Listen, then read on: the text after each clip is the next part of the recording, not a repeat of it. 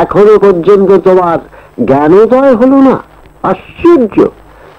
এই কিছুক্ষণ পূর্বে নিজের বিচারের ভুলে জ্যেষ্ঠ ভ্রাতাকে হত্যা করতে যাচ্ছিলে, আবার এখন আত্মহত্যা করে তার চেয়েও ঘোর নরকে পতিত হতে যাচ্ছ। এইরকম মূর্খতা দেখে আমি শুধু ব্যথিত হচ্ছি। অর্জুনের মতো এক বীরের কাছ থেকে এতখানি অজ্ঞানতা আমি আশা করিনি। আত্মহত্যার চেয়ে গর্হিত কার্য পৃথিবীতে আর কিছু নেই, এই কথা কি তুমি কখনো শোনোনি? বিধাতার শ্রেষ্ঠ দানকে নিজের হাতে যে ধ্বংস করে, সে মৃত্যুর পরেও অনন্ত যন্ত্রণা পেতে থাকে, তা কি তুমি জানো না? ধনঞ্জয় তখন শিশুর মতো অসহায় ভাবে শ্রীকৃষ্ণের হাত দুটি ধরে মিনতি করে বলে উঠলেন, তাহলে আমি কি করব সখা, তুমি বলো। আত্মহত্যা করা ছাড়া আজ যে আমি এই লজ্জা ঢাকতে পাচ্ছি না। শ্রীকৃষ্ণ তখন বললেন, সে লজ্জা প্রশমিত করো আত্মপ্রশংসা করে। আত্মপ্রশংসা আত্মহত্যারই নামান্তর। তখন ধনঞ্জয় সেই উপদেশ অনুসারে বলতে লাগলেন, হে রাজন, আমি পৃথিবীর মধ্যে শ্রেষ্ঠ ধনুর্ধর। তুমি এটুকু জেনে রেখো, একমাত্র পিনাকপাণি মহাদেব ছাড়া আমার তুল্য ধনুর্ধর আর কোথাও নেই।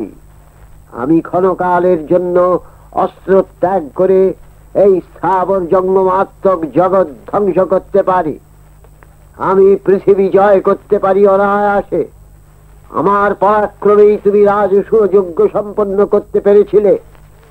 আমারই কোদণ্ড টঙ্কারে আজ কুরুক্ষেত্র প্রকম্পিত।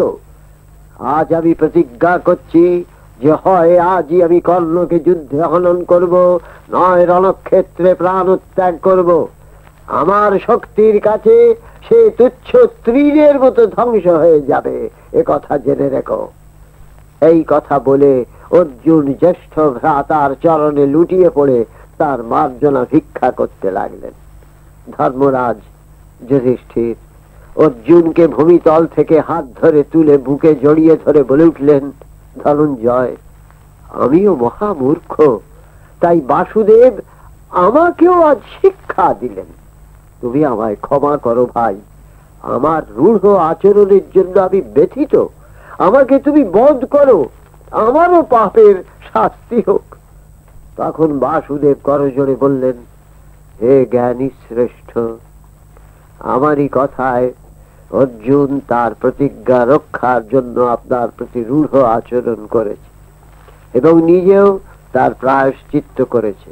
অতএব আপনি প্রসন্ন হয়ে অর্জুনকে আশীর্বাদ করুন। ধর্মরাজ বাসুদেবের বাক্যে প্রবোধ লাভ করে বললেন, সত্য, আমি মূঢ়ের মতো অর্জুনের গান্ডীবের নিন্দা করেছিলাম, যা করা আমার উচিত হয়নি। যাক, তার জন্য আমিও প্রায়শ্চিত্ত করব। বাসুদেব বললেন, নিশ্চয় করবেন।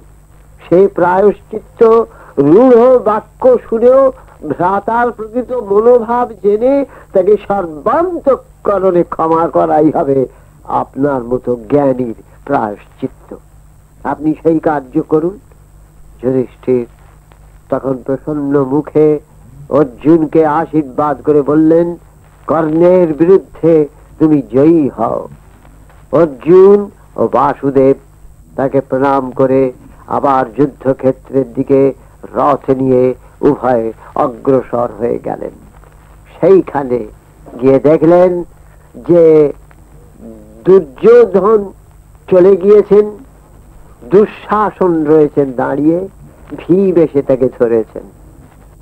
কুরুক্ষেত্রের সেই প্রান্তে রক্তক্ষয়ী সংগ্রামে বহু কৌরব সৈন্যকে লিপ্ত করে রেখেছিলেন ভীম। সেইখানে দুঃশাসনকে পেয়ে বৃকোদরের শক্তি যেন দ্বিগুণতর হয়ে উঠল। চতুর্দিকে শোণিত প্রবাহের ধারায় বৃকোদরের সমস্ত দেহ মন যেন সেই প্রবাহে ভেসে যেতে চাইছিল। ঠিক এই সবাই দুঃশাসনকে হাতের কাছে পেয়ে ভীম তাকে বাঘের মতো লাফিয়ে ধরে ফেললেন। ভীমের সেই রক্তস্নাত ভীষণ দানবীয় মূর্তি দেখে দুঃশাসনের মন থরথর করে কেঁপে উঠল। তার মনে হলো রণক্ষেত্রে এক রাক্ষস এসে তাকে গ্রাস করতে ছুটে এসে।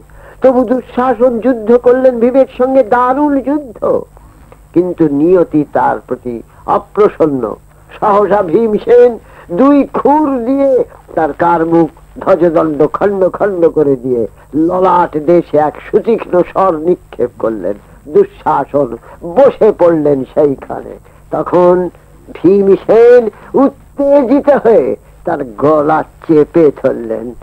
তার চোখ বেরিয়ে এলো, মুখ দিয়ে গল গল করে রক্ত বেরোতে আরম্ভ করলো। তখন সেই রক্ত পান করে তার প্রতিজ্ঞা তিনি রক্ষা করলেন ভীমসেন এতদিন পরে। এর পরের ঘটনা পরের দিন বলবো।